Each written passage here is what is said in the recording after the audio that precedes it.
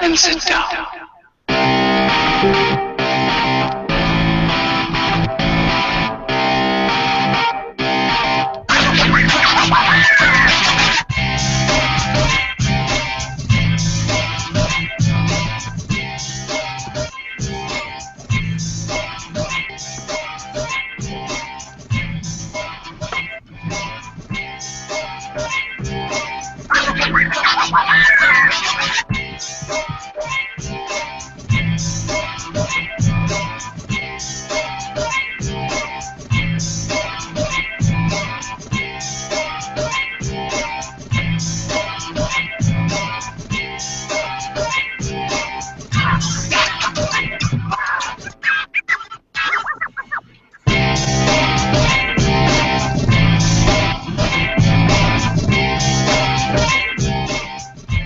What's up, everyone? It's Thursday, November 5th, and welcome to our 23rd show of Crash and Burn. Somebody told me to smile already. Welcome to the show tonight. We got a lot going on. I still need to open up my list here. Apparently, I forgot to open it up. I can't hear myself very well. Can you guys hear me okay? Yeah. Yes, no, maybe? Shut up. Yes. All right. Is that okay? Can you guys hear me okay? Yep. Yep. Cool. So, like I said, it is the 5th of November. We should all be wearing Guy Fawkes masks. This is my Guy Fawkes. Hang on. I'm letting people kind of catch up as they're connecting here. And I'm pulling up our info. I just keep clicking the wrong button. That's what I keep doing. All right, so I am Mike, and welcome to our show. Last week we had a great show. I don't remember the last half of last week's show. So apparently everybody said we had a good time. We had Brandon and Vanna on the show from Always Outnumbered. That was a great time. If you guys are watching and want to interact with us, you can either jump on Google Plus and submit your questions there, or the best way to get a hold of us is to join our chat room on gunchannels.com/crashandburn, and we're pretty much all of us are live on there. We can chat with you, ask any of your questions, and we'll talk about them online. If you have any questions for our guest tonight, you can ask them in there as well, and we'll relay them on. Tonight's guest is Mike from Blown Deadline. How are you tonight, Mike? Tired, but we're good. Cool, cool. And with me, as always, is the rest of the crew. Mr. Andy, how are you? I'm doing good. How are you, Mike? I'm good. And Erica? Hey, what's up? And we have Glenn and Leah in one window. Hi. Two people, one window. People section. Two people, one window. I like it. So, as always, it is a new month. It's November, so we'd like to thank our awesome sponsors for making this possible. We'd like to thank Mike from X8 Tactical, Mike from Keybar, and James from 1776 for helping us out. They really make it possible for us to be out on iTunes and stream live. We're working on making our way to iHeartRadio as well. So if you like the show, hit us up on Spreaker, Spreaker.com, and all you gotta do is sign up and follow our show, Crash and Burn Show, on there. And as we get more followers, we have a better shot of getting on iHeartRadio. So we'd really appreciate that, or just leave us an awesome review on iTunes. So yeah, why don't we get started with the show then? What do you got for us for news? I came across this on CNN. It's kind of been dubbed the massacre that didn't happen. Has anybody else come across this? And I thought this was very. It really deals with a lot of gun issues, things that I think aren't an issue. Like it's not a gun issue; it's a mental health issue. Basically, it's in Minnesota. A male, 17-year-old male, was going to do a school shooting type massacre, but he was stopped before it happened.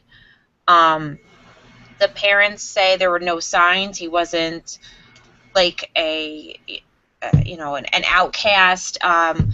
He even said, I guess he gave a lot of disclosure to the police and was saying a lot of things, like when he picked out people who he was going specifically after, some kid that called him a faggot, some girls that wouldn't go out with him, but nothing that was over the top, nothing like crazy bullying. I'm not saying that bullying is good, but nothing that, you wouldn't come across, that I hadn't come across or anybody else maybe hadn't come across. High school. Yeah, just normal high school stuff. He had friends. The parents never said, he was out in the back, burning ants, or, he was just a normal kid. They said that recently some things that had changed is that he decided that there was no God and there was no higher power, and decided he was an atheist. Okay. The parents are middle class, not totally religious, but are, some kind of, they follow some kind of religion, but aren't, way one way or the other. He has a sister. She never said anything like that he was an outcast or weird or got a strange vibe, so this literally came out of nowhere.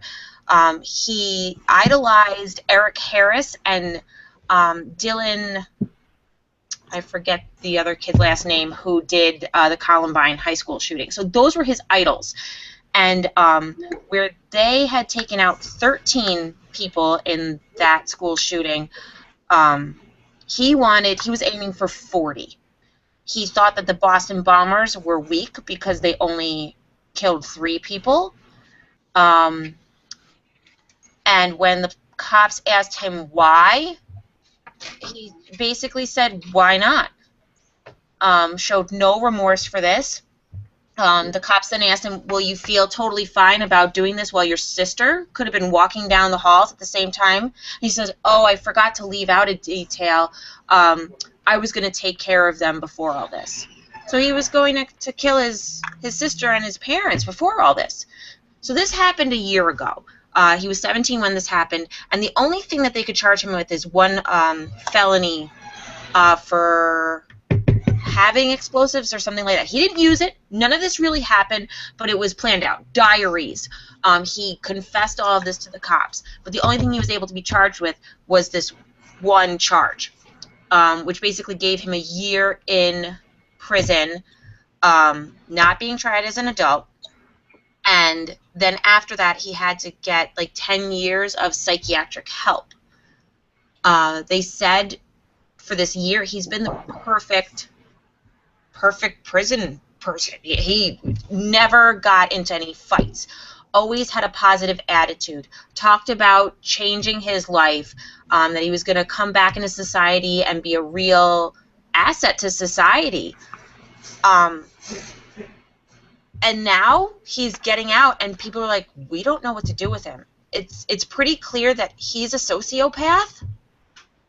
His parents are in pretty much denial, as is in his sister. When they interviewed them, they all kept saying he would never kill us. He would never go through with it. He would have stopped. He obviously said he was going to go through with it. I mean, yeah, no. When the cops asked him, if you weren't stopped, were you going to do this? He's like, oh, yeah, within days. Within days he would have done this. He had pressure cookers. He had 5 guns in his room, 4 of which were his father's. And when he specifically wrote this in his diary and he confessed to the cops, he said, I would not use an AR-15. I want to prove that I could kill more people with a bolt-action style SKS, I believe it was that he mentioned, instead of using a semi-automatic. So he was specifically trying to say, yeah, it's not about the gun. I can do this without that stuff. So has anybody else heard about any of this stuff or heard any things? I think this is really a really great issue for us to talk about. The mental health issue with this. Obviously, it's a mental health issue in this. You told me about this article this morning, so I went and read it, and this kid is creepy. and like definitely doesn't have any emotion at all, and like doesn't like I think someone said earlier, does not love his parents because he's incapable of it. He's definitely gonna do something later. They only got a year. Yeah, eventually. He's a ticking time bomb. He is. He'll get out in there. He'll just do something. It's not like, you know, there needs to be follow up with him that probably is not won't be done, and there's no money for it. So it's not that there's no money. It's that people are so ready to tiptoe around this mental health issue because it has so many layers. You know, it's not just like, oh, I can point a finger at you, and you all fit under these guidelines, so we do this with you guys. No, it's literally individual. Sociopaths, the scary thing is that they have patience. Patience. They will wait for years. They will appear completely normal because they can. They have no feeling for anything, and they're able to wait and wait and wait until somebody goes, okay, I think they're fine. Let's just, okay, they're good. They're going to go off on their own, and that's when it happens. It's literally a switch. Yeah. They flip it off and on when they need to. Whenever they need to, whenever they feel that it's for them, it benefits them. My other question when I was reading this, and I was reading about the past same kind of things, the school shootings, bombings, specific type of criminal. I'm not talking the rapist. I'm not talking other people like that. But all of these school shooters, why are they all male? And most of them, if not all of them, aren't they white? Why? You don't, like we talked about that earlier. You don't ever see a female, whether, you know, just race aside. You don't really even see a female doing it. No.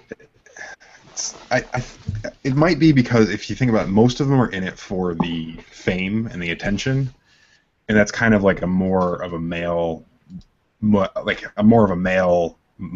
for crime. Like, I feel like when women do crime, it's more personal. It's more emotional. It's more emotional. It's more personal. This kind of crime is very impersonal because it's random. Even though you know them, it's just a bunch of people. It's not like I'm doing it to that guy because of that. Right. So it's impersonal. It's about the shooter, not about the victim. Where I feel like when I see women do crime, it's always about they killed that girl or that guy because of. Yeah, a little more of a crime of passion. Mike did have a point. Money, the state, I know the state, at least in our area, we used to have a place, Monroe Community Development Center, and it housed all the criminally insane and the bad people. And now they've all been pushed out of there into halfway houses around the county instead. So they're not locked up behind this big place. They're in a halfway house instead because of money, because of budget cuts. That was that place. That was that place that like guys were like, I want to stay here. Like I'm better here. Yeah. And they were like, no, we're closing it. Yeah, like arson. So like those are people that know they're sick and like know they can't be out in like the regular society asking for it, and we don't do it. Yeah, there were hundreds in there, and they've all been pushed out into the community. I don't know. This is really it's a scary issue. It's a scary issue on all. I can't imagine how the parents of this child feels. I mean, to look at your child and go, they don't care for me. Not just anybody else. They don't care for me at all. And or they they're always think that saying, they've done everything correctly, and they still end up with somebody who's like that. It's insane. Oh, yeah. Oh, yeah. And they always say, if someone would have said something before this happened, we could have stopped it. Well, they stopped it right now, but what else is going to happen? It's just going to come back. Are they going to stop it in the future? This guy is a professional liar. This is what he does. I mean, like this. If I was a parent in this situation, like the other thing the dad said was that they noticed that in the past 6 months he had started watching some very gruesome videos online. But that was it.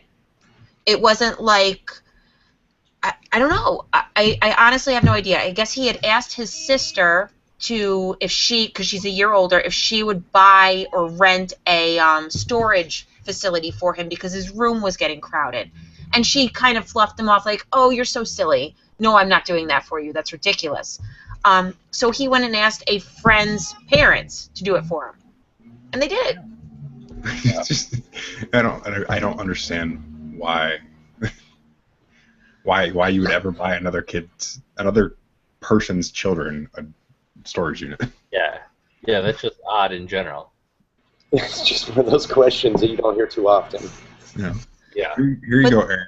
According to a 2005 book, 4% of the population in the world are sociopaths. That's scary. Yeah, so just for Really people who scary. have just started tuning in, we're talking about the kid from Minnesota, oh no, where did his name go? We don't want to know his name. Okay. Yeah, no, we don't want to give him that. Yep. Okay, so we're not giving the name out. But this kid in Minnesota, he was 17. He was an 11th grader at a school, and his idols are Eric Harris and the other guy, Dylan something or other. I don't remember the last name. And then other people, the Boston Marathon bombers, those type of people. The same thing with the Connecticut shootings. Once again, I don't remember.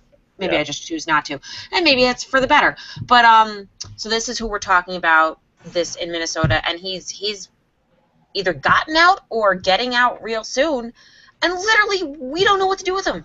It's kind of like, here you go, he's back. Yeah.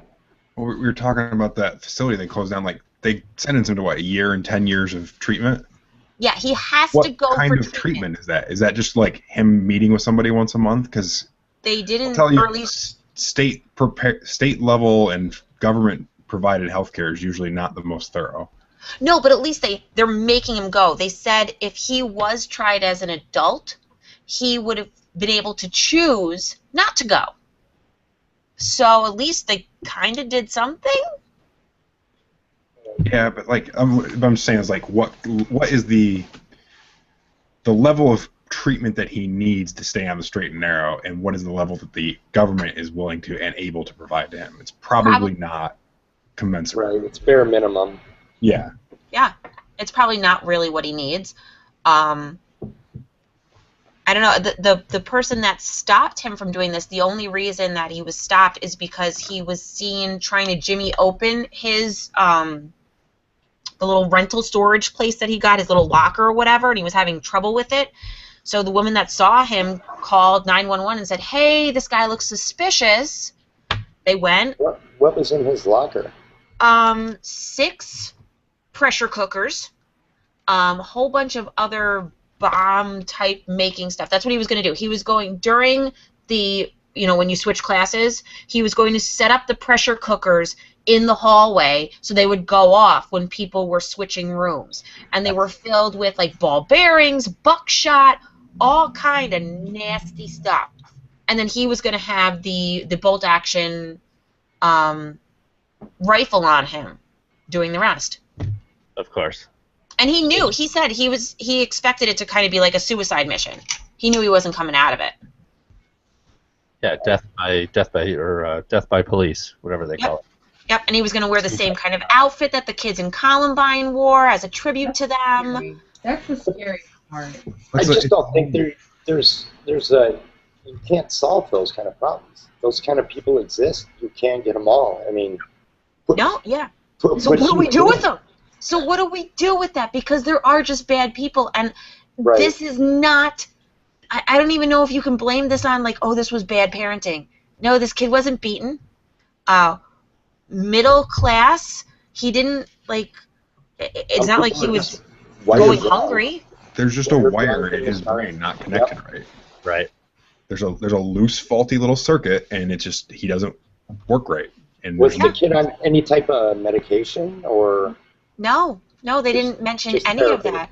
Yeah, I don't think They, in the article. He He has, wasn't- since he was arrested, been diagnosed with some like Autism spectrum. Yeah. But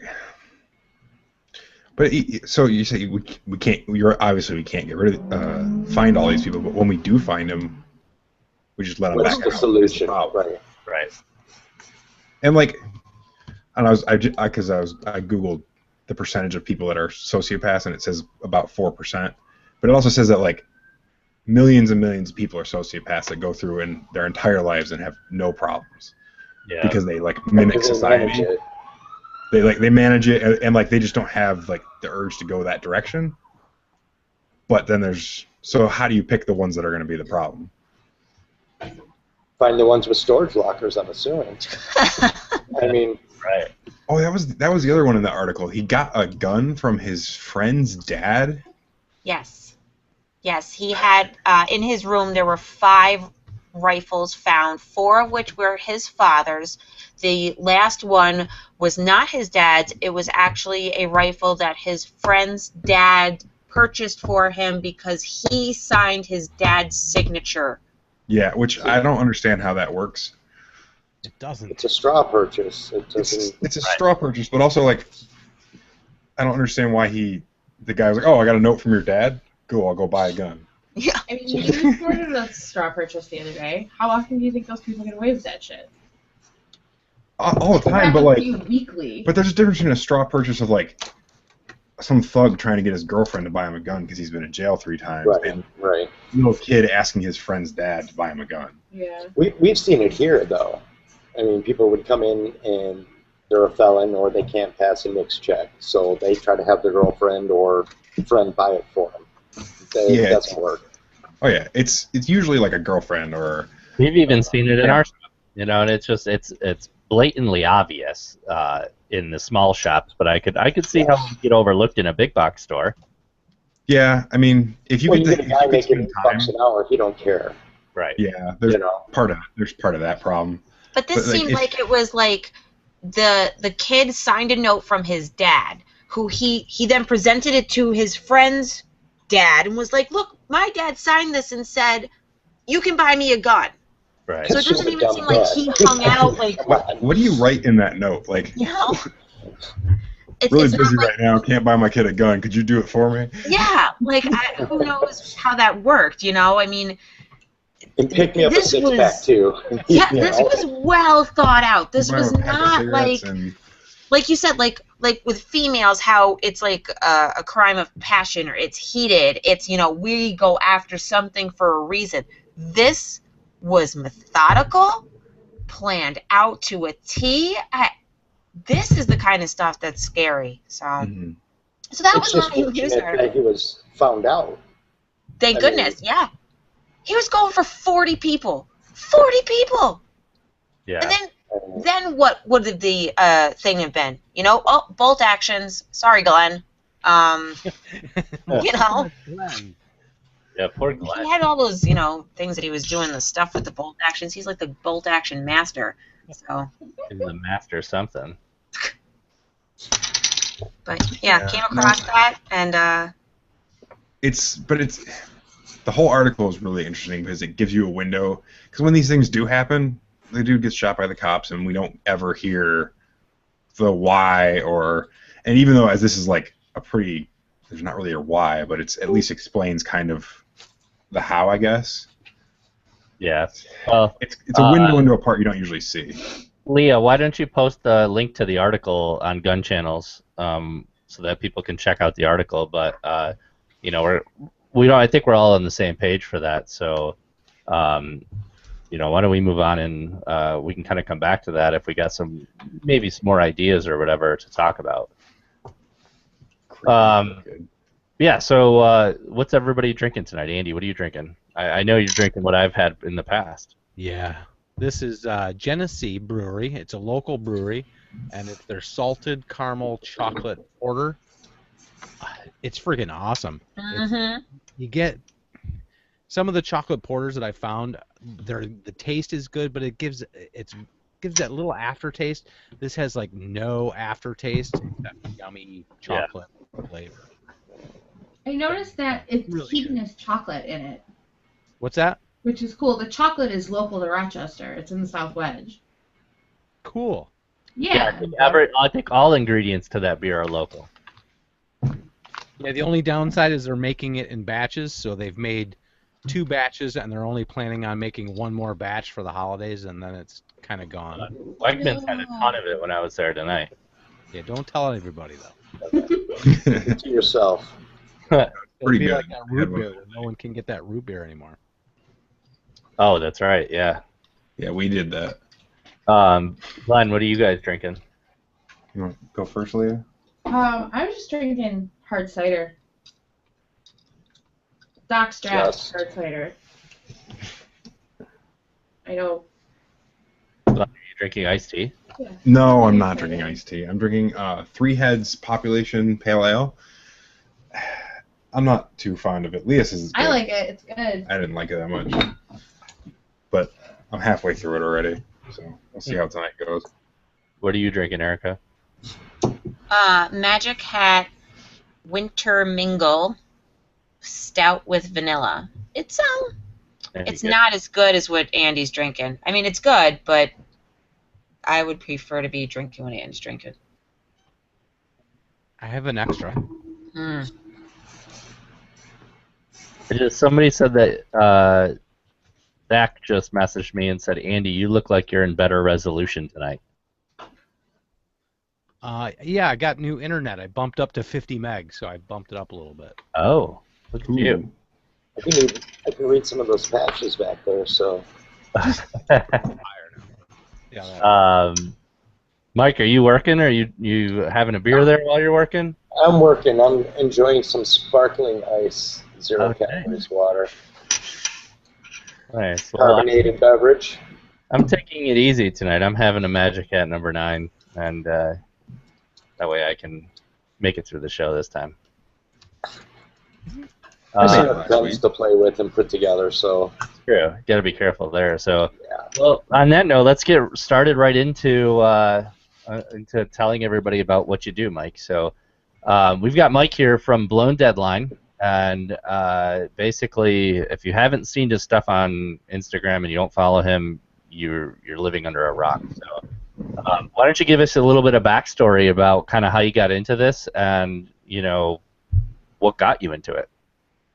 Well, first handgun I bought literally 4 years ago. It was a 6-hour P226 or 225, old German single stack, and it was beat up. But back when they were $300. So I bought that, and I wanted to have it refinished. So I called a few places, checked some places out, and they wanted $450 to refinish it. Wow. And I figured I painted a car before I could paint a gun. And that's how it started. $200, buy a kit, figure out how to paint, and it was less than spectacular. Let's just say that. Come a long way. And then it just started from there. It started rolling. How long have you been in it now? Just over a year. Wow. I mean, the stuff you're putting out is amazing, and that's crazy. I've been an artist pretty much my whole life. Okay. So I'm like drawing or painting? Drawing, painting, graphic arts on a computer, you name it. So it just kind of expressed myself on a different canvas now. Yeah, that is cool. I mean, it's funny because I seem to see lots of little parts of people in the firearms industry that are kind of common. Like my background was IT, and I've done web developing way back in the day, and I saw you wrote that down, and it's like you can almost find a common thing across a lot of us in the industry, Well, there is a lot of creativity when you look at it in all aspects. When you're designing, assembling, painting, doesn't matter. Yeah. It's all boils down to creativity. Either you have it or you don't. Yeah, so tell me, you just recently went out and got certified Cerakote, right? Yeah, everybody thought it was kind of ironic that we would go get certified. So, honestly, it was mainly for the OEMs. You have manufacturers that want some of their parts done. They want to know if you're certified. Okay. And it's like being ASE certified mechanic or ISO 9000. So we did it as basically just to have that piece of paper. And believe that. And I think it gets you on their list and everything too, right? It does. Yeah, you get listed on their website, so when they search, for an applicator, a local applicator, then your website or your business shows up. So that's another bonus. They have a lot more advertising dollars than I do. Sure. So yeah, no, that's very true. What out of all your finishes? I mean, if you guys haven't checked out, Mike's website and everything, it's blowndeadline.net.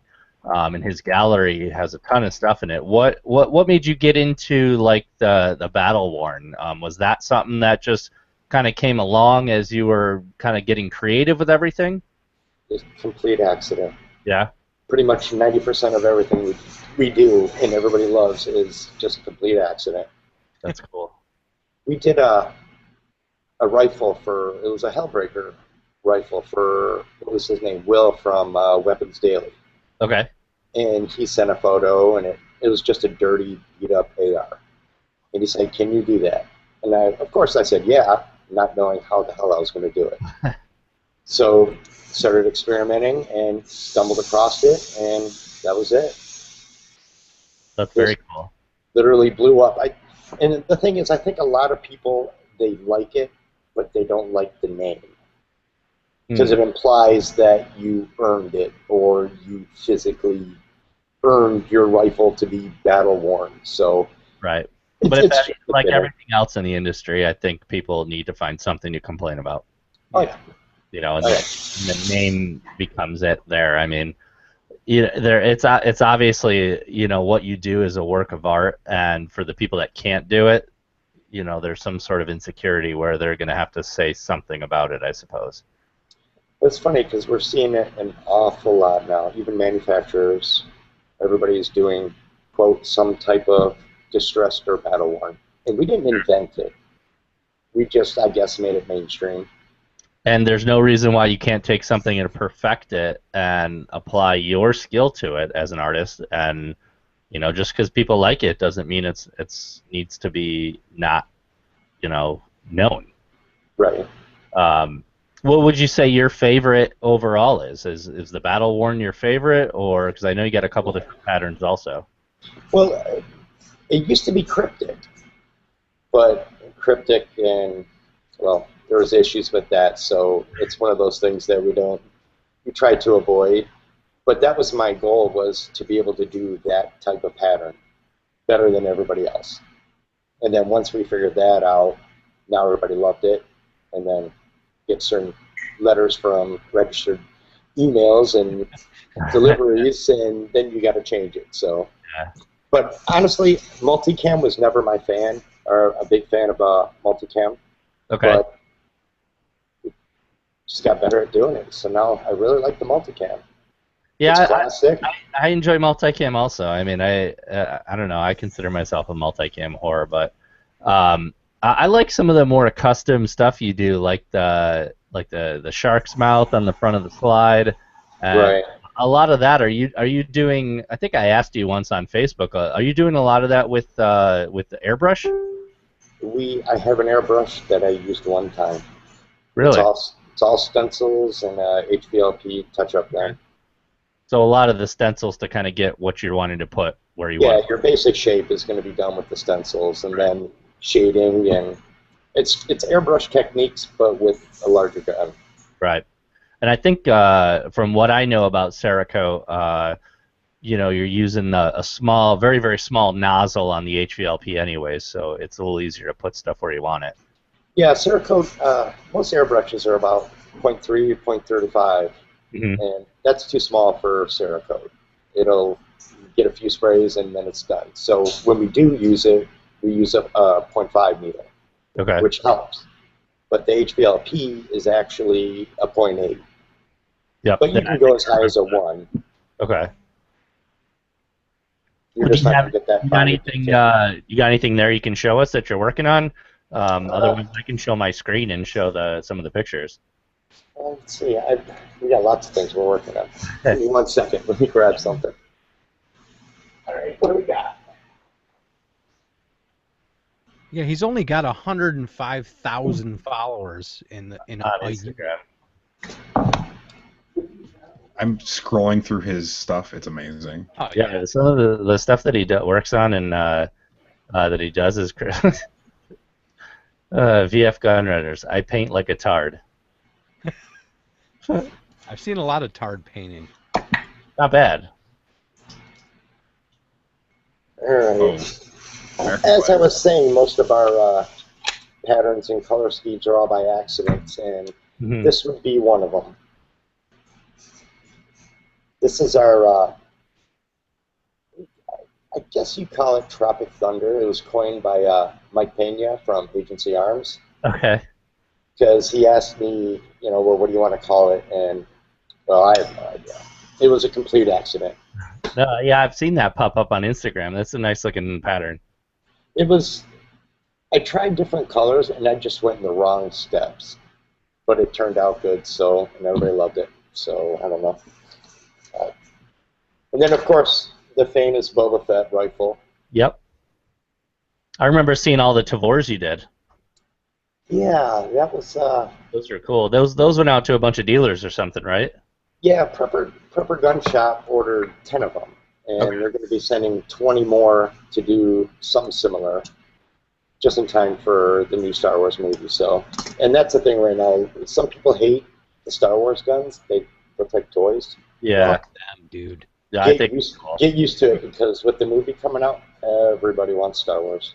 Oh yeah, I mean we did a white rifle for a friend of ours that he calls it Snow White, but it looks like a Stormtrooper AR, and just being all white like that is just I think it's cool. I think people you don't have to have a plain rifle. Well, nowadays that's just it. It's like you're a car guy. Right. I see you customizing your car. I do the same thing. There's absolutely no difference between an AR. I mean, there's thousands of manufacturers that make parts that you don't need, that aren't going to make you a better shooter. I totally agree. Or more tactical, but yet they're selling them. So paint is just one more of those things down the aisle at AutoZone that you can buy that you don't need. I think I always tag you in car stuff because I don't find a ton of car guys that are firearms guys too, but I know there's a bunch of us out there. Oh yeah, there's some out there, like Damon from SSBI. He's a car guy. Damon's into cars too? I didn't know that. And he's got a Mustang, so we're kind of competing. And of course, I'm wearing a shirt here. Nice. Yeah, I'm running his trigger in that Glock 43 project I did. So I got to get Damon to come on the show too, but I'm not sure he's real internet savvy either. Being a web developer and did programming and stuff, I've had someone else do my website. I just don't have the time or the patience. Yeah. Mike Taylor from Keybar is listening, and he says he's sending you a box full of Keybars. The last ones were crazy. Sweet. I got another Boba Fett one we're doing. Nice. Oh, and of course, Eric from VF Gunrunner says Jar Jar Binks is the best character on Star Wars ever. That kind of reminds me, we have someone who wants a Chewbacca-themed AR. I'm lost. Really? Yeah, I can paint it chocolate brown. I don't know what to do with it. Can we make an AR that's completely hairy?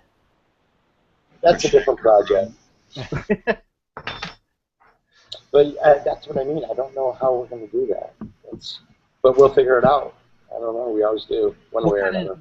What kind of turnaround do you guys usually have for the projects? I know as some of the shops, especially like you, that get more and more desirable, lead times can push out. For most theme builds, we try to push that to at least 6 weeks. If you want something completely custom, it's going to be one-off. We create, design, everything. Actually, still isn't that bad. No, I mean, I figure 6 weeks. Yeah. Maybe, I mean, we're a little behind, I'm not going to lie. We took that week off and did the Cerakote trip and came home and it was chaos. So, but, I mean, I'd rather be busy than slow. But you did get to go see Tool, so. That was the main point for the whole trip. It just happened that Cerakote was the same week. So it didn't matter. And we literally went to the concert at 7 o'clock at night. Tool came on at 9:50. We left. That was it. You were just exhausted at that point. No, that was it. We were done. After seeing Tool, I was happy. Yeah. Well, that's cool. Are you planning on going to SHOT Show? Oh yeah, we're already booked for SHOT, so we have to book our flight, but hotel's booked and everything else is booked. Yeah, that's the same with us. We still got to do flights, but we booked everything, and we'll have to get you involved in the party that we're throwing with Mike from Keybar and a bunch of other guys. I think it would be good. Maybe even I was planning on giving a whole rifle away, so maybe you and I could chat about having you do something up on the rifle to promote your stuff too. We'll paint it. That would be awesome. I mean, that's one thing that I actually, we wouldn't be here if it wasn't for, believe it or not, Instagram, Facebook, all the social media. So when we have a chance to give something back, even if it's just painting or whatever, we'll do it. Sweet. That's cool. So what's the easiest way for somebody to get a hold of you if they want to send something over, if they just have questions? Is Instagram the best way, or I know if you want to give out your email, that's cool, or just have them go to your website? Website is best. Okay, so just the blowndeadline.net. If they have any questions, all your pictures are up on Instagram, so pretty much, and you've got the gallery on the website, so that's probably the best way for anybody who's interested. The Instagram is @blowndeadline. Are you on Twitter or anything else? Yeah, I'm on Twitter. I don't twit that much, though. Instagram mostly? Yeah, it's mainly Instagram. Facebook is confusing, so... Yeah, Facebook can get confusing. I use it mostly to talk to other people now, but Instagram seems to be the general kind of crew we have and stuff, so... I don't understand their algorithms, so it's a mess. Yeah, that's true. Show something really cool, I get 200 people that look at it. Show something stupid like a white Glock and 5,000. So it doesn't make any sense. Yeah. Well, tell me before we plug you one more time. Tell me about the constant whining and complaining about the customizing firearms. Was that the about painting your guns? There's those diehard guys that insist on the 1911 guys. They strictly 1911, and then there's black rifle guys. Everything has to be black. Yeah. It doesn't matter if it's FDE. It's an abomination. Especially the HK guys. Those guys, I love to piss off. That's my dream. Let me show you something. It's like a purist thing. HK guys are easy to piss off. Especially those 1911 guys or Browning high power guys. Yeah, see, I have a 1911 9mm, so I'm not one of those guys. Yeah. This here is my big middle finger to the HK fanboys. Oh, you just set the internet on fire. I know. Isn't it wonderful? Yeah, it's actually beautiful. The slide was done by Doug at DP Customs. Nice. We know Doug real well. Frame was done by, of course, Damon at SSVI. And we did the Cerakote. And other than that, it's just a red DP9. Yeah. One of the first ones we did. Have you shot it, or how do you like the VP9? I haven't even had a chance to shoot one yet. I've shot a stock one. I've never shot this. I don't have any time. Yeah. It's unfortunate. I've got a wall full of really cool stuff. Yeah, we end up that way too. Most people, I let friends shoot my own personal stuff, and then I never end up shooting it. I ship my stuff off to people, and they take pictures and shoot it and send it back. So right. It's cool.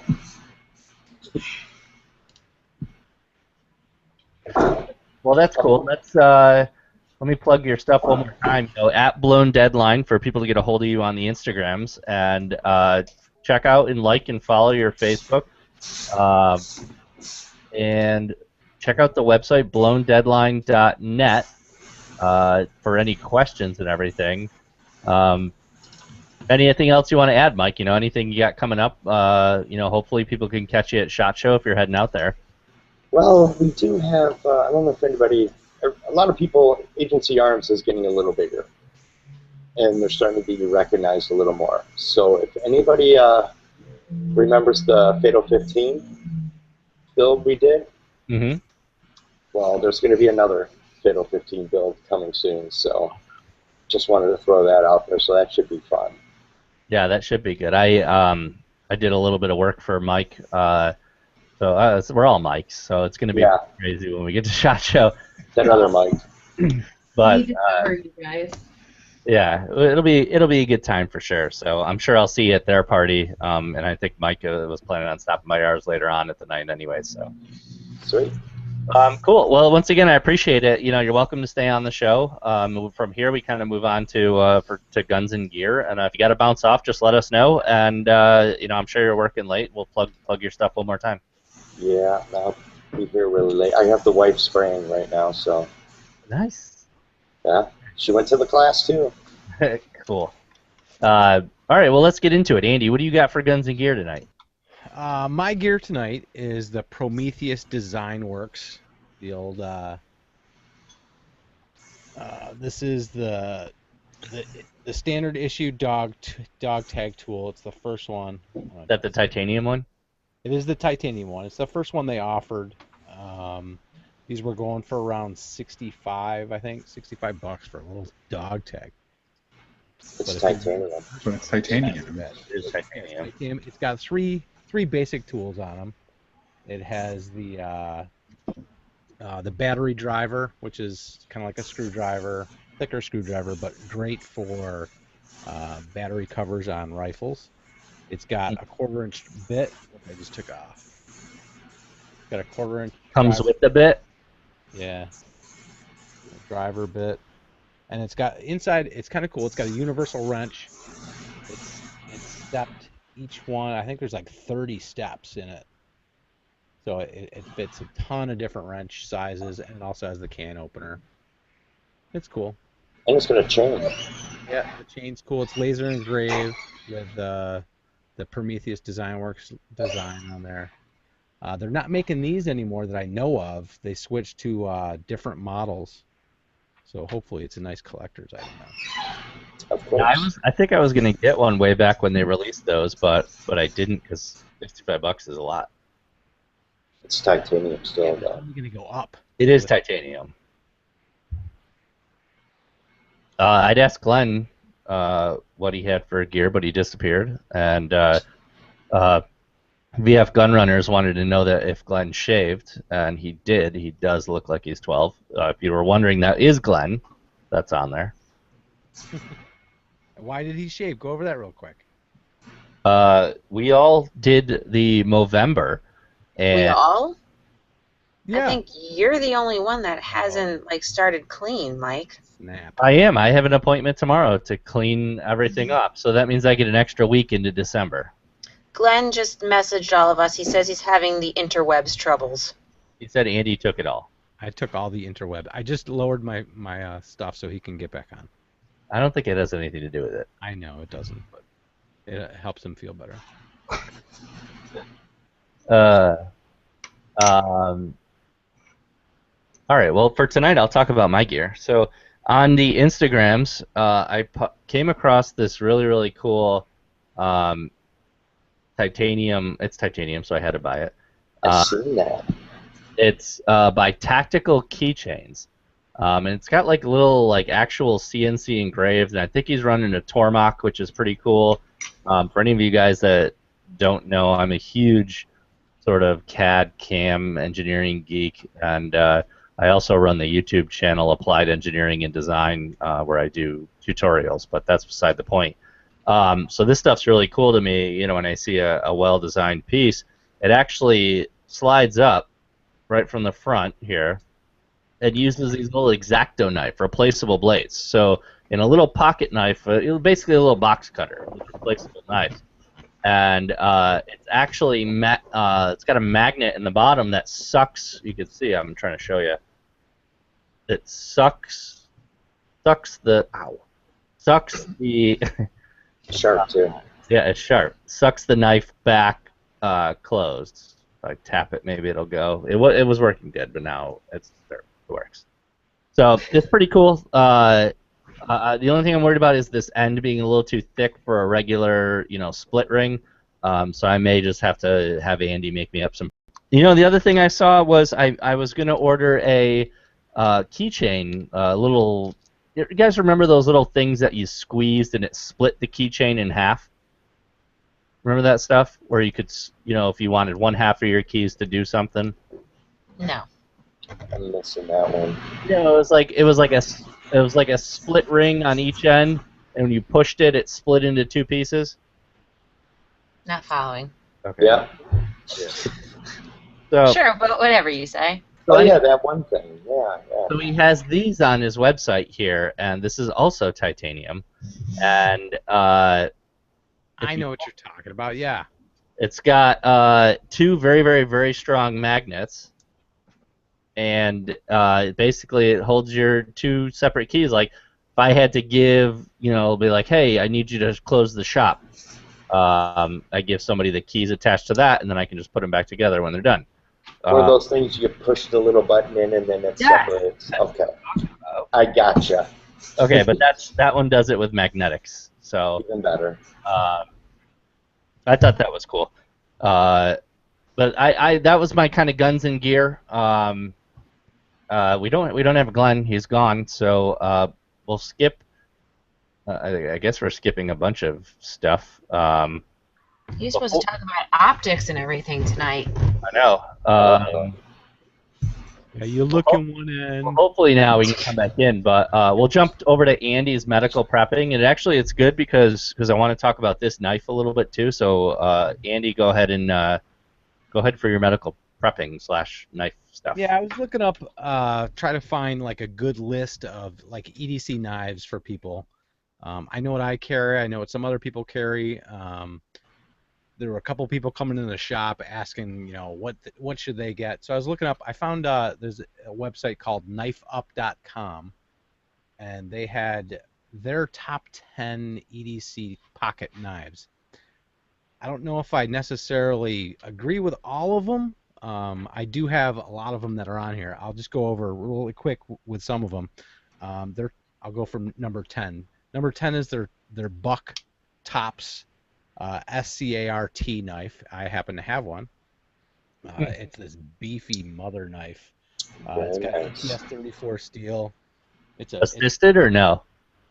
It's what? Assisted or no? No, not assisted at all. It's just a big hunk of steel. Big knife. So that's number 10. Number 9, I don't agree with. It's the CRKT M16. I don't know if you guys know about that knife. I would say no to that one. I paint them. Yeah, oh god, I don't like them. I replaced that one on my list with the Randall Model 1. It's the Rat 1, folding. Oh, yeah. Great for the price. For an EDC, they're like, you can pick them up for like $40. Somebody said you're a little quiet, Andy. I don't know. I can hear you fine. I don't know if it's just... Turn up a little bit. Okay. Number 8 was the Benchmade 851, or I'm sorry, 581. I don't have one of those. I agree. It's a great knife. I have the Benchmade Presidio as my number 8. It's very much like the 851. It doesn't have a bolster. It's just all aluminum scales. It's got M390 steel. It's okay. Their number 7, which I don't like, is the Cold Steel Recon 1. You guys know about the... Yeah, I had one. They're huge and... Yeah, plasticky. It's got OS 8, not the best steel. I personally went with my number 7 as the Kershaw Emersons, those new ones they got. Have you guys seen those? Yeah, they look nice. How do you like it? Really nice. They're tight.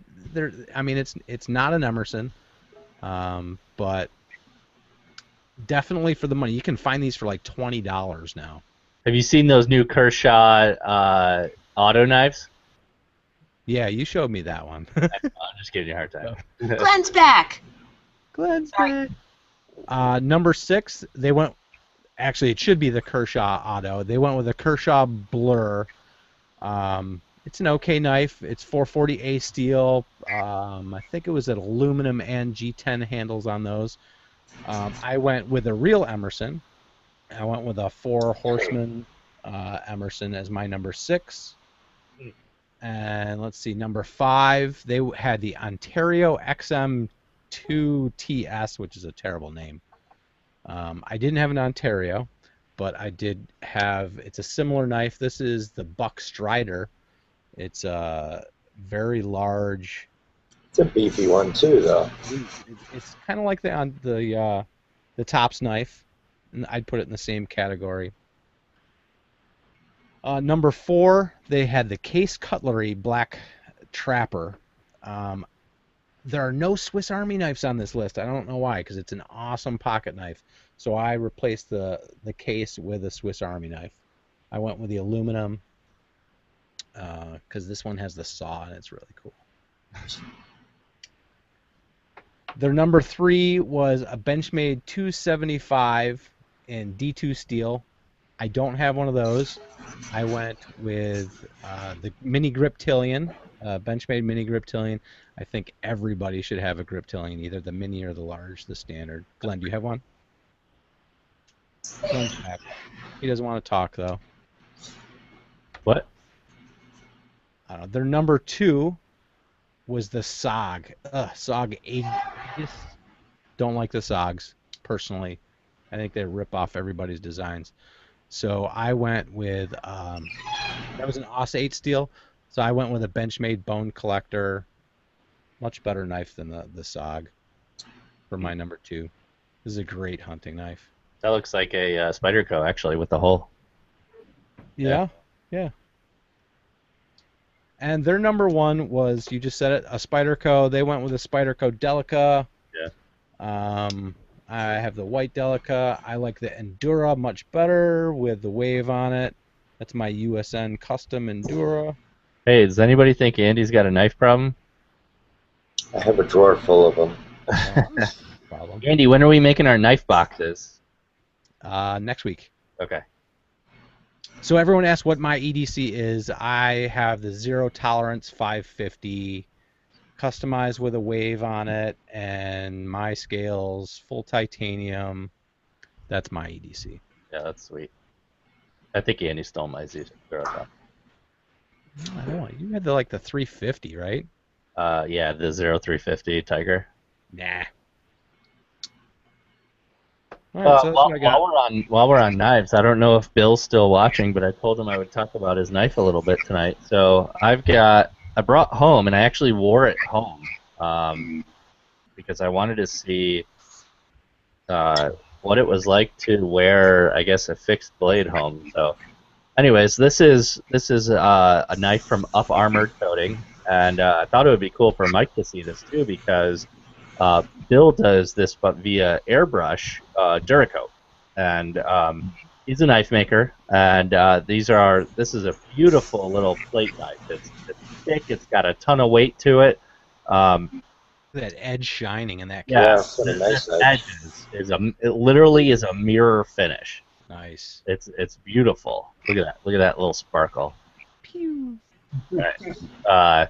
It's just an awesome knife, and he makes everything. If you follow his Instagram, I think it's up_armored_knives. He's always doing some giveaways, but he just did he made his own micarta and stuff. He really does a lot of cool stuff. So check him out. Check these knives out. I'm hoping that I'm gonna help Bill out and do some website work for him. So I'll have some new knives to show you guys. But I wanted to pop that out there. I'm gonna probably do an actual review on the Inkjet Gunfighter website for him too. But that's all I got for here. I wanted to add that. If you do have any questions for him, he is in Gun Channels. So is he on? Is he on there right now? Yep. Oh, awesome. So yeah, if you hop over on gunchannels.com/crashandburn and join the chat room, Bill Welling is over there right now. So any knife questions are good. Yeah, so now that Glenn's back, Glenn, give us your. Can you do some optics for us?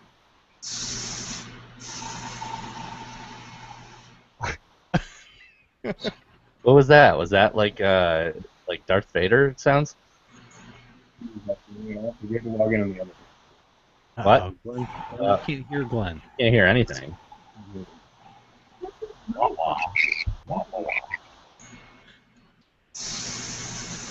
You should show up, hold up signs like I did that one week. Yeah, I'm wondering if that's what that staticky echo is from them. Yeah. Does anybody else hear the static? Or is it just me? Yep, I hear static. I get a little weird, a little bit. Oh, it's gone. It's Glenn. It's Glenn. Yeah, it's Glenn. Just gonna get them a whiteboard. They can hold up stuff. We can read it for them. I don't know what they're doing now. I don't know what they're doing now either. Let's move on so we're not just like... Anyways, while we're waiting for them, I'd like to take this time to thank our sponsors. So thank you, 1776 United and Keybar. Thanks, Mike. And thanks, Mike from X8 Tactical for supporting the show. It helps us do what we can do. I didn't even think to get... What do you... Oh, Andy's showing stuff. You Post-its work. Here, since they won't, I'm gonna make them present. There you go. Now you can show stuff. Show your Post-it again. I think they're frozen. Oh, there they go. They're showing up there. They're holding up the Post-it, and it says, oh, now it's upside down. Post-it. Now it says, do Post-its work upside down. Right. Focus, Emma Stone. She's pretty. She doesn't have to focus. That's Alright. not an excuse. I don't think there was much in the way of big tech that came out this week, Andy. So I'll talk a little bit about video games. If anybody plays Destiny, please find me because this game is hard as balls. And I need people to come beat stuff for me. Weren't you playing with Paul the other night? Well, like a week or two ago, I was playing with Paul Van Dunk. I'm sure you guys know him from Instagram. And but he was helping me out, so it's fun. I think it's fun. It's kind of social. I think my microphone on Xbox broke though, so I was trying to talk to somebody. It wasn't working, but Andy, you read the article on the new FBI report, right? I did, but back to tech 1 second. Yeah. I don't know why, but I'm drawn to all the drone articles. All the new ones? Yeah, I mean everything like in Gadget. Every week there's something about drones. GoPro's working on their own drone? This last article was the Federal Prison Bureau needs help stopping contraband and drones. I guess that's huge right now, as people are just like dropping stuff, flying over, and just either crashing their drone in there or just actually dropping stuff from drones in prison. Oh, wow. I think that's cool. Yeah, it's pretty cool. It is cool. I mean, it's creative. It's very creative. Costco now and get a $80 drone with a camera and just fly it right in there with some crack on it. Yeah.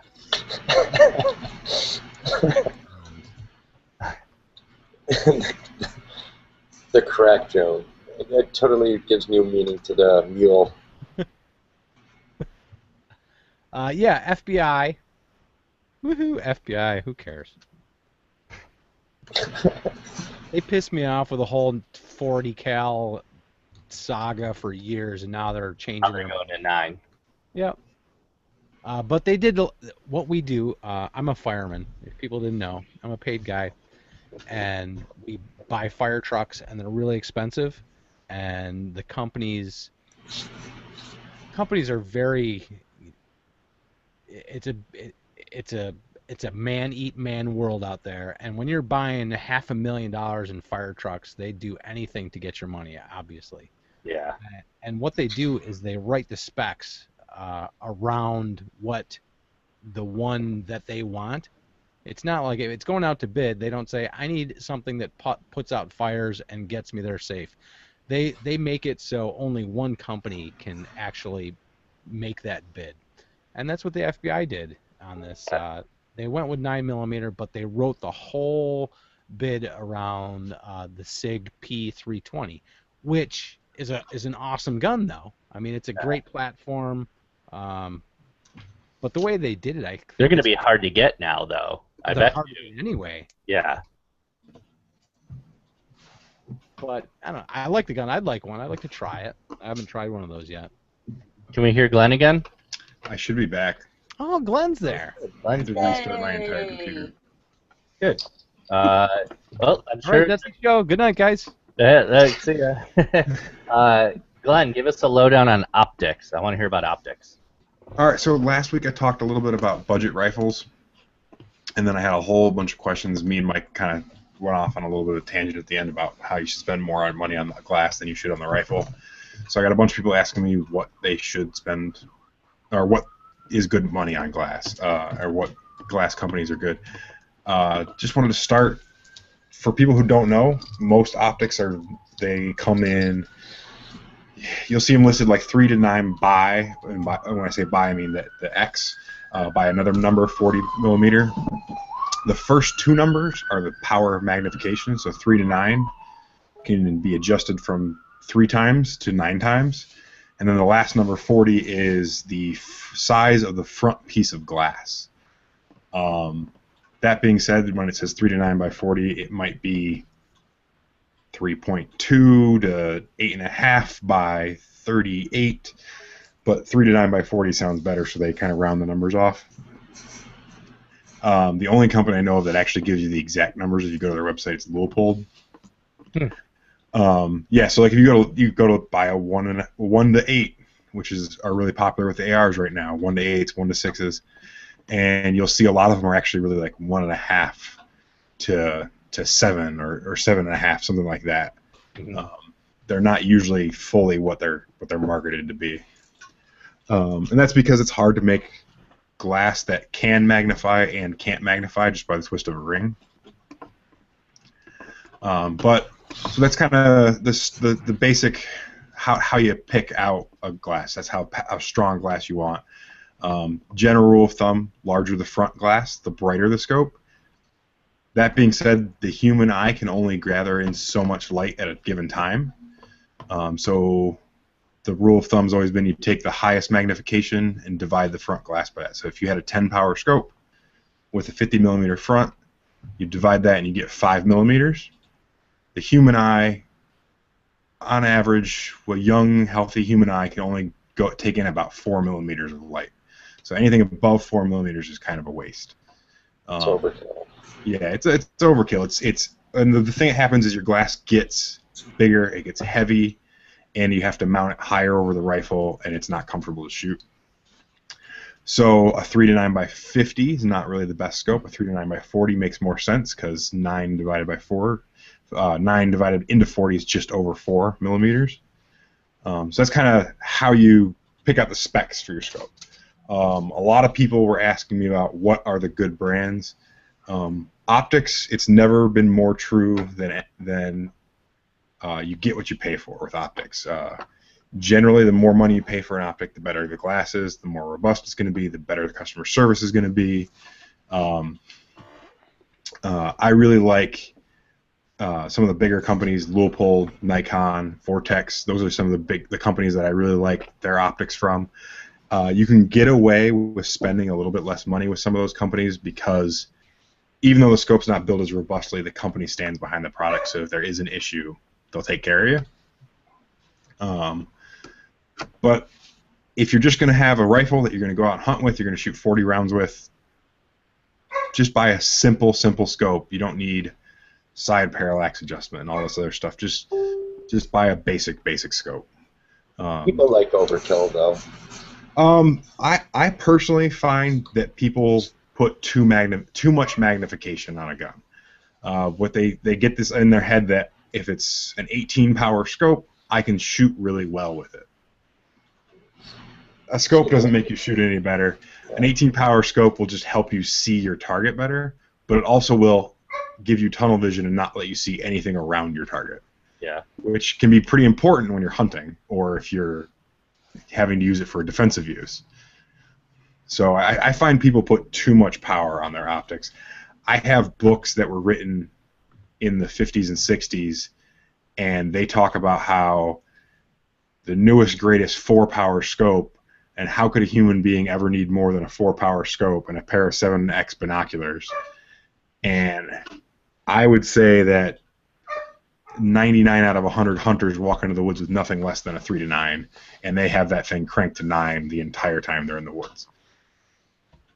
And it's just, I think people they overcompensate for a lack of training with stronger optics. How do we know anything that you're saying is right without facial hair? I don't know. You kept yours, so you should know if it's right. Oh, I'm going tomorrow. I told you. I know. I'm gonna periscope it. 6 days later, though. Yeah. I get 6 extra days into December then. Okay. No, you Yeah, blew your that's 6 fine. days. Well, I'm gonna put chia pet seeds on my face, and that should help it grow faster. You got to use the good Miracle Grow fertilizer too. That's how I got mine so lustrous before. It was a nice Kentucky blue. Yeah, I really miss mine. I feel like if I pet it enough, it'll come back. It's actually the opposite. Well, now that you guys are both back, Leah, tell us why Best of Rochester is a bunch of shit. It is a bunch of shit. I don't know. Do any of you guys follow this? I do. For anyone I who's used to vote on it every year. Right. So for anyone who's not from around here, every city I feel like does this best of whatever city you're in. I know Phoenix does it. But the best of Rochester, and I vote in it. You know, I care about my city and its greatness. The winner, not all of them. A lot of the winners I don't agree with, but I see their merits. Some of them have literally been winning the same prizes every year for however many years this thing has been going on, and it's just untrue. It's just false. I saw your post complaining about wings today. Yeah. We'll go to Merchant's Grill, and you'll have wings, and you'll forget Jeremiah's ever existed, because their wings aren't that great. They would be really great if we didn't live an hour from Buffalo. They would be fantastic. Yeah, but we live an hour from Buffalo, and they are subpar at best. Buffalo wings are garbage. I agree with you. I don't like it. I don't think the wings at Buffalo are that great. Like, I've had Duff's. That's supposed to be the place to go. Just because you did it first doesn't mean you did it best. That's true. That is true. Merchant Grill and Acme's wings are better than Jeremiah's all day long, and they're both cheaper. Which I feel like if you're buying chicken wings, they shouldn't be that expensive. Yes, Eric from VF Gun Runners. The gunchannels.com is our live chat for while we're live chatting. It is indeed. Indeed. There are also, like, Napa wood-fired pizza got best pizza. No, it's not good leftovers. It's not good the next day. It doesn't. It's good pizza, but it doesn't make good leftovers, and that is like the hallmark of a good pizza. I don't think I love the place that we go to, Mike. The one that we went to right by the shop. Pizza Stop. That place is awesome. Pizza Stop. That's real pizza. It's not wood-fired grilled They shit. were nominated for best like, pizza and didn't win. Did you vote? Oh, Pizza Stop in Greece? Yeah. Yep. They are great. Hands down is the best pizza in Rochester. Yeah, It's they were like nominated a real and New not York voted City in. pizza, not this wood-fired crap that Pittsburgh people are paying for. And I think that is the thing, because I noticed a lot of the winners, well, all of the winners, not a single one of these winners is in a shitty neighborhood. Which is where the best food is. Which to be is where honest. the best food is. Selena's I is beg to awful. differ. I didn't like Selena's is overpriced. Selena's is overpriced and covered in cheese. It's disgusting. It is not the best Mexican food in the city. No, we have good Mexican. I actually like the ones in Webster. I heard there's good Monte Alban. Mexican in Monte Webster. Alban is also nominated and did not win, and I agree with you about Monte Alban. Maria's is good too. That Rosita's Yeah, place we went was Maria's. good. Oh, Hot Rosita's is the Hot shit. Rosita's, boom. I don't know if Chris is listening, but yeah, Hot Rosita's is awesome. We know the owner too. The one that really got me was Park Ave was voted best neighborhood. No.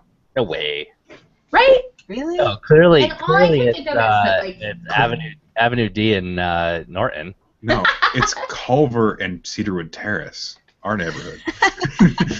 All I can think of though is that like a bunch of people from I apologize to any of you who may be from Chili were voting on this and thinking, oh, I've been to Park Ave before.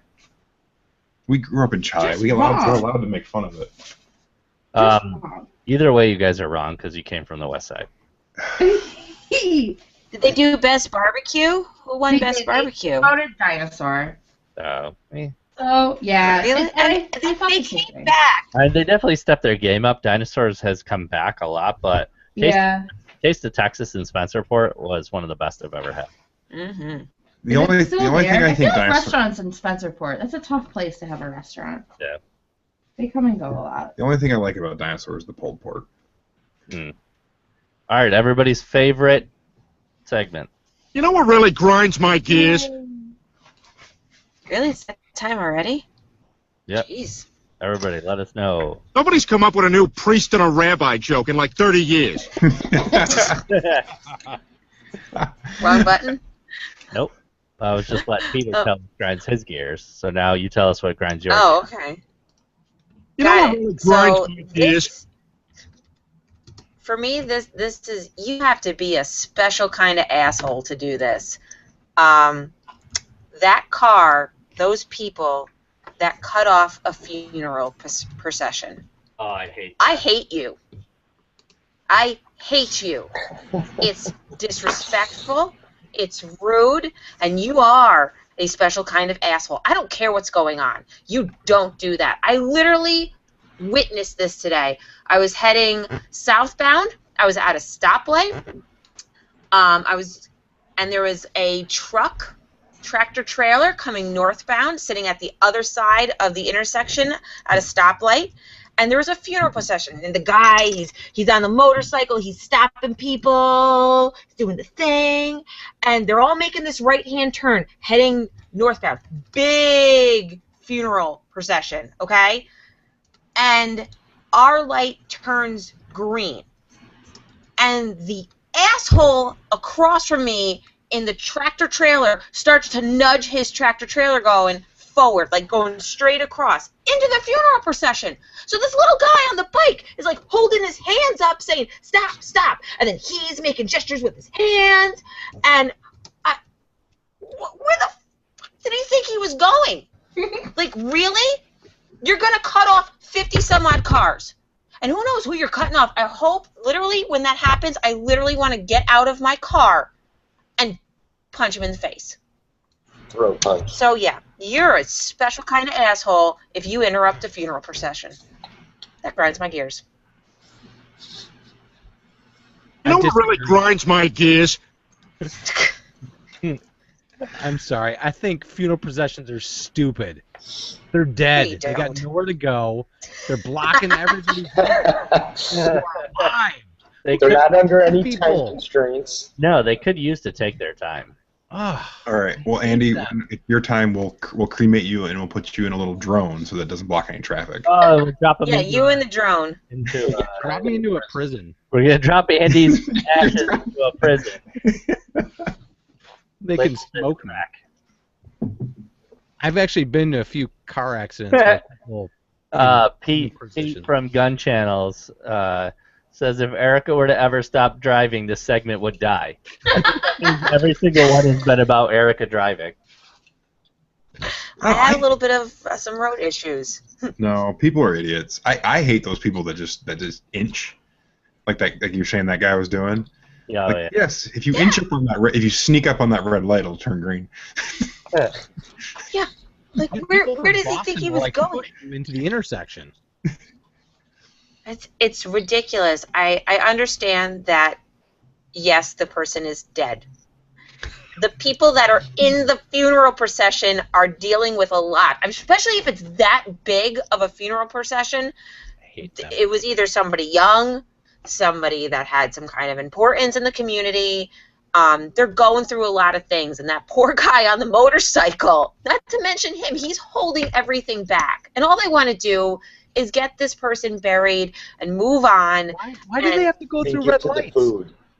I mean, Because Because Food it's and the huge. drinks. It was a huge funeral procession. You're going to lose people. They're out of town. They don't know where the hell they're going. They just want to bury their loved ones and move on with things. someone has to be dying or a house has to be on fire for me to go through a red light. They just go through whatever they want. It's no big deal. We'll just go through. I don't want to lose Maisie in the back. Who cares? Yeah, I don't They want to would be lose red lights Maisie in anyway. the back. I don't want to be the one in the back that gets lost either, okay? We've been in large funeral processions. There's a lot going on, especially for the people in the car. They are obviously still dealing with grief, and they need to get to this So freaking you put funeral. the lives of others before that. For Have that. some patience. Drive Even the the smaller sociopaths car, have patience. And you don't get the flags. Only Matt get one from flag. American Steelworks says it is Throat Punch Thursday, so There we go. I was ready. I was so ready to get out of my little Mini Cooper, the white girl in the ghetto, and throat punch this truck driver. it is Throat I Punch. actually would pay good money If you do that, you got a periscope to it. see that. Yeah. I will I'll do that for you. Yeah. Hold on 1 minute. Let me get my phone out. You gotta find a random person. Can you hold this? Yeah, hold this while I do this. I want to go viral. You wouldn't have to ask someone if you got out of your car in the middle of a funeral procession and beat the crap out of a truck driver. Other people would videotape that for you. I hope so. I'd yell out like my screen names and hashtags and stuff so people could find it eventually. They'd be taking you away in handcuffs and you'd be yelling out your Instagram name. Tactical ballerina, damn it! All right. Erica Santola with a C. I've got an awesome YouTube video of the week. So Is it Erica beating up a truck driver? Because if it's not, I'm gonna be disappointed. oh, that's weird. What the hell is it? It's going crazy. Wow, that was super... I kept getting smaller. Like my beard. All right, here we go.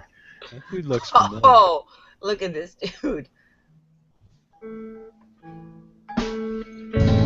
Look at this guy. What the hell is that? Serious kayaking.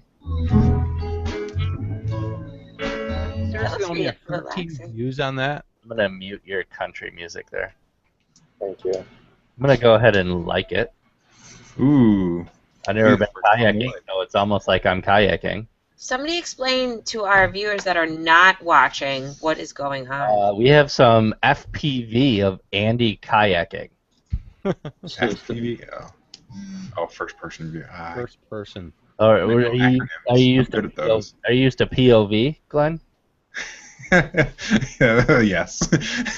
What are these other people, and why aren't you like? Hot chick who just went by, actually. Why aren't you splashing them? 4 hot chicks who just went by. I feel like that would make my Look, he took his anxiety sunglasses through the off. roof. That's how you know that they were hot chicks. He's now checking them out. Look back. He's like, oh, he's talking to him. Hey, girls, come here often.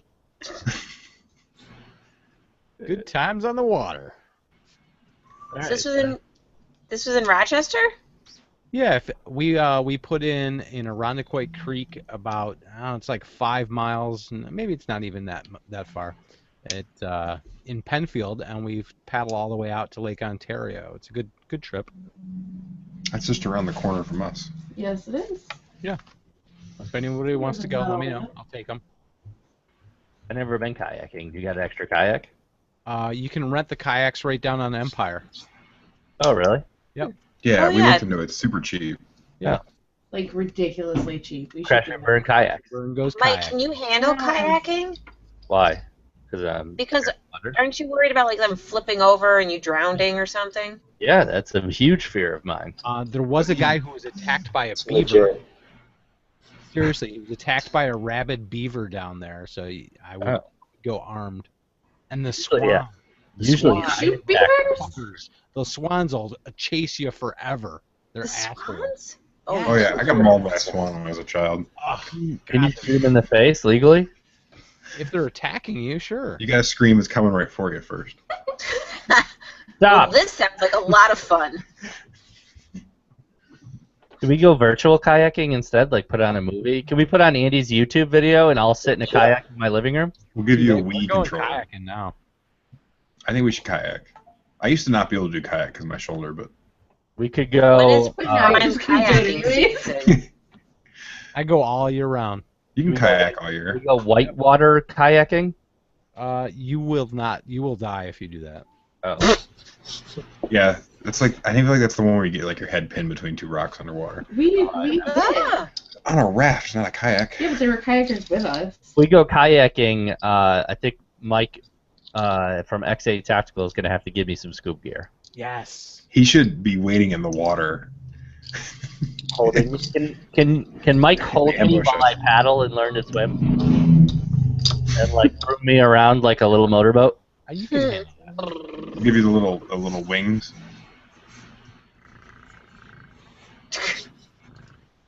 Mike, you drinking? What are you doing? BF Gunrunners is going to eat the swan. No, I'm out. Does swan taste good? Swan Here, breast. I have a recipe. For swan? Yeah. Can you Yeah. hunt swan? I don't know. I know in Europe they eat it. I don't know what it It's tastes from like. 1845. It belonged to King Max The Mad King Ludwig of Bavaria. He was into Swan. I imagine Sounds it's kind of legit. like Goose. That's interesting. What do we get? What do we got for upcoming events? Anything cool coming up? Your birthday. Oh, Mike's birthday's coming up. My little boy's gonna become a man. Fishy mutton. What? This That's a fun weekend, thing. this weekend we have Ruck for Warriors, 14-mile road march. It's been postponed from Saturday to Sunday. Oh, really? Breaking news. So if you Breaking. signed up for Saturday, they had to move it because there was another event going on in the same area. Oh. Was it a funeral procession? Yes. Had to be. Well, Saturday morning is Cars and Coffee at Little Speed Shop, so I'll be going to that in the morning. And then Saturday, I think we're gonna go pew-pewing. Yeah, What Saturday time is night. Cars and Coffee? Isn't it early? Yeah, I'll be. It's over at 10 in the morning, so I'll probably be back before you guys are even out of bed. Mike, are we going to invite anyone who likes What'd you Crash say, and Andy? Burn I'm sorry. to your I party? talked over you. Absolutely, We'll invite them right now. you're invited. Where? It's official. I don't know. Crash and Burn meeting. Crash and Burn. Come meet Crash and Burn Saturday, 3 o'clock at the firing pin. I'm bringing all the full auto toys, so if you're local, come hang out, shoot guns, pew pew. Wow, that's pretty awesome. Bring your checkbook too, because you have to buy your own ammo. Yeah, buy your own ammo. I'm not paying for your ammo. Nope. Oh, and no gifts except for bourbon or whiskey. Thank you. I will accept gifts though. Is Erica's face frozen in that face? It's true. If you make that face long enough, it has She's freezes. just really making that face long enough. Don't remember if your mama always said if you make a face, It'll stay like that. stay like that. Oh, it's black now. I was trying to make the face for the whole. Oh, that's back. It only does it in a little box. It does a little box face, but I can't make her do a big box face. She has kind of a pouty face right now, and she's frozen. Yeah, that's funny. Hey, do we have a giveaway winner from last week? Yes, we do. All right, go. I went over to the iTunes and I checked out the iTunes reviews, and Zach KO176.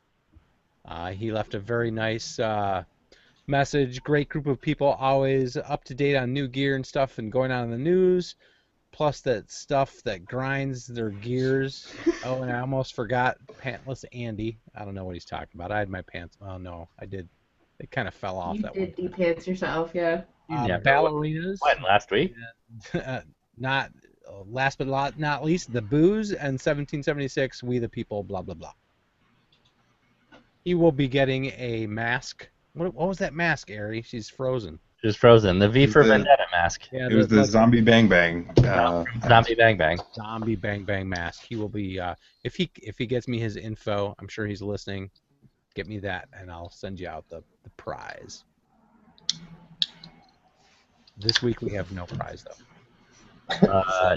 No. This week, next week we'll do something cool. We'll have to think of Yeah, we'll get something. yeah, so for those of you listening, make sure you guys head over to like our Facebook page, Crash and Burn, and hit up our Twitter at Crash and Burn TV. And also important, head over to Spreaker.com/Crash and Burn. Sign up, just hit follow. It helps us out a lot for getting onto iHeartRadio. To follow all of us, you can follow me at Mike Santola on Instagram and Twitter, at Andy Dickinson on Instagram and Twitter, at Ari Santola on Twitter, and Erica Santola on Instagram. Glenn, you changed your name to at the Hipster Gunsmith, Oh yeah. and Leah, you changed your name to at Leah Naprap, right? Mm-hmm. Okay, These are all correct facts. right. At Emma You're Stone. like a detective. And for those of you guys that missed the interview, check out all of Mike's stuff at Blown Deadline, and check out his website, blowndeadline.net. Thanks, everybody. Once again, thank you to our sponsors, Key Bar, X8 Tactical and 1776 United. Check their stuff out. And awesome, I'm going to tease our guest next week is actually Mr. Bill Welling from Up Armored Knives that we talked about this Shinef. Let's do it again. Shing. Right, it makes the noise. Shing. Anyways, Bill will be on next week, and yeah, we'll have something cool to give away. Send your questions in early if you want. And I know if most of you guys, I used to just go down my chat list on Facebook and send you a link to the show, but instead I've created the Crash and Burn listeners group, and I've added mostly everybody, so I'm sure there's plenty of people who have unadded themselves, but I'll just keep adding you. Why not? And yeah, you know, whatever. So check it out. The only reason we have the group is so that I can post the link to the show, and if you guys have any questions, post it in there. If you have any suggestions for guests, do that as well. And thank you again for being on. Thank you, Mike, for coming on. Mike. And we will catch you guys all next week. Right? Is that what we're going to do? Catch everybody next week? I'm here. Yeah. Sure is. Every week. What's next week? The 13th? No, it's the 12th. 13th is my birthday. Hey, are we going to do... your birthday is Friday the 13th this year? Sure is. Oh, that's kind of scary. We should do something creepy. Like what? I don't know. Creepy stuff? Creepy stuff. Are we Like going to egg do dog shit on fire. Crash and Burn Thanksgiving this year?